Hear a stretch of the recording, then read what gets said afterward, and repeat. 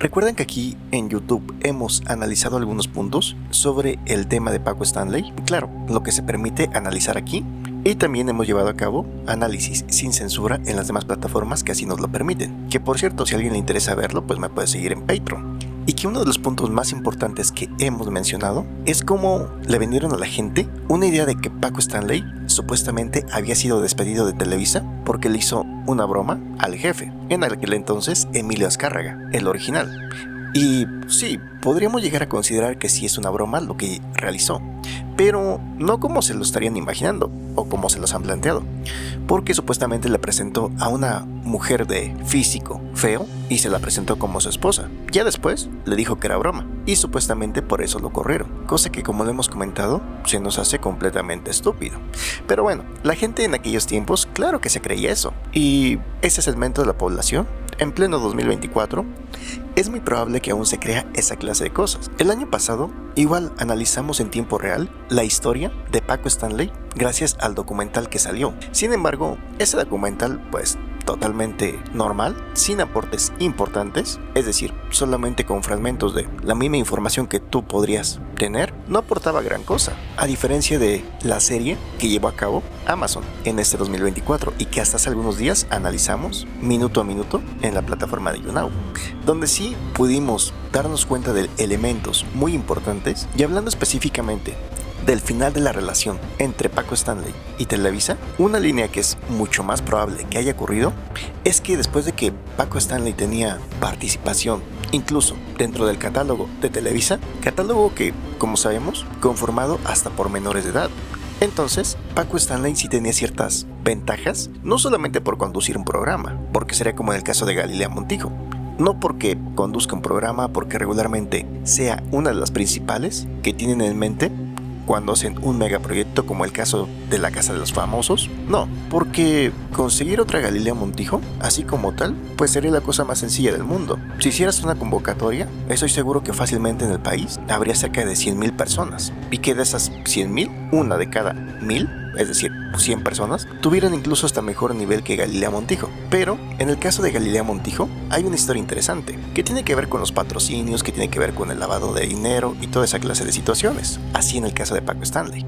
Entonces, eso te lleva a entender muchísimas cosas más. Entre esas cosas más, que hay gente que dice, sí, es que Paco Stanley cobraba 60,000 pesos por mención. Sin embargo, para las personas que tengan un negocio, que tengan un changarro, para las personas que sean comisionistas, saben que el hecho de que tú vendas una camioneta de 600,000 pesos no quiere decir que la agencia te va a pagar a ti 600,000 pesos, sino que sí, claro, puede ser que de esos 60,000 pesos le quedaran a él 3,000 pesos, porque a final de cuentas, el dueño del programa no era Paco Stanley, sino Televisa, con toda la producción que ponía. Y si tú sumas esas cantidades, te das cuenta que no corresponderían con las casas, los departamentos que tenía, las demás propiedades, incluso cuando se le presenta el negocio de Santa Fe, de convertir el basurero en una zona de lujo, que hay gente que dice, sí, es que ganaba mucho, pero ese es ese segmento de la población que no tiene ni idea de lo que dice, porque en su día a día no trabaja con esas cantidades. Cualquier persona entendería que aunque tengas un sueldo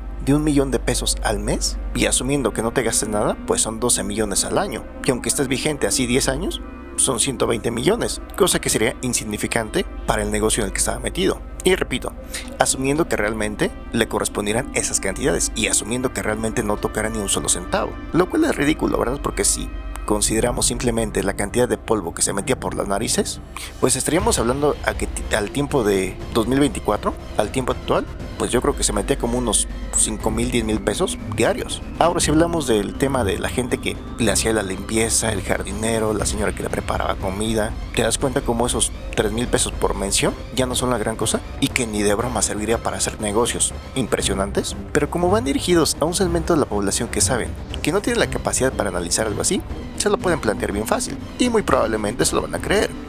Entonces, ¿qué es lo que pasa aquí? Hay un productor que recientemente aportó información en donde hace referencia precisamente a que Paco Stanley negociaba cierta cantidad por debajo del agua para las menciones en Televisa. Sí, y es decir, aquí incluso recordemos cuando Benito menciona que cobraba 60,000 pesos por mención. Entonces sí, una parte la cobraba él por debajo del agua. ¿Cómo llegaba a ese acuerdo? Pues no sé. Vamos a suponer que dijera, bueno, Televisa te cobra 30,000, pero si tú quieres que yo le ponga más entusiasmo, incluso hasta ocupe a mi patiño para echarle más ganas a tu promoción, sería el doble. Pero ese adicional me lo das aparte, me lo das por debajo del agua. Entonces, todo parecería tener sentido, ahora si lo analizas, porque realmente no eran personas tan jóvenes. Quizás Mario Besares sí, ¿verdad? Pero Paco Stanley, una persona de más de 50 años, que evidentemente no tenía condición física muy buena que digamos, y mantenían un ritmo durante 2 horas y media de programa. Entonces, simplemente se supone que le mandan un fax diciendo el lunes ya no estás. ¿Y esto por qué? Porque se supone que en aquellos tiempos es cuando se da el cambio de administración. Pasa de manos de Emilio Azcárraga Milmo a Emilio Azcárraga Llán. Entonces es cuando se les ocurre hacer una auditoría minuciosa y se dan cuenta que efectivamente Paco Stanley les estaba robando. Así que simplemente le mandan ese mensaje de el lunes ya no estás. Ya después se va a TV Azteca y obviamente no se podría comparar la cantidad que movía en Televisa con la cantidad que podría mover en TV Azteca. Y ahí es donde se habla acerca de todos los problemas que surgieron a raíz de eso. Y aquí, haciendo un análisis al estilo de un Grandmaster, nos podría surgir la pregunta, ¿acaso esas deudas que tuvo en Televisa no habrían tenido algo que ver también con lo que pasó al final de sus días? O mejor dicho, esas deudas que se generó por haberse robado esas cantidades de dinero, ¿no habrá tenido repercusiones? Y sin contar que, para entonces ya llegando a TV Azteca, pues la situación estaba muy complicada, porque para empezar ya ni siquiera tendría el ingreso al que estaba acostumbrado. Sin embargo, sus gastos y sus problemas se irían acumulando más y más. Sí, porque si ya estaba acostumbrado a meterse 3,000, 4,000 pesos por la nariz, ahora quizás sería más. Y si le sumamos eso al tema del alcohol y otras cosas más, y aparte el no poder ya tener influencia como dealer en TV Azteca, al menos no de forma inmediata durante su llegada. Quizás después sí, más el estilo lujoso y todo eso. Yo entiendo que la gente que no tiene idea de cantidades podría decir, pero no hay problema, suponiendo que le pagaran X cantidad en TV Azteca, con eso le alcanzaría porque fue muy bien pagado. Y la respuesta sería no. Aparte, si hablamos de una persona que tenía chofer, tenía escolta, obviamente tenía quien le hiciera las labores domésticas, tenía un departamento aquí, una casa allá, lógicamente eso no le iba a servir para nada, su sueldo que pudiera tener. Así que, ¿qué opinan acerca de esto?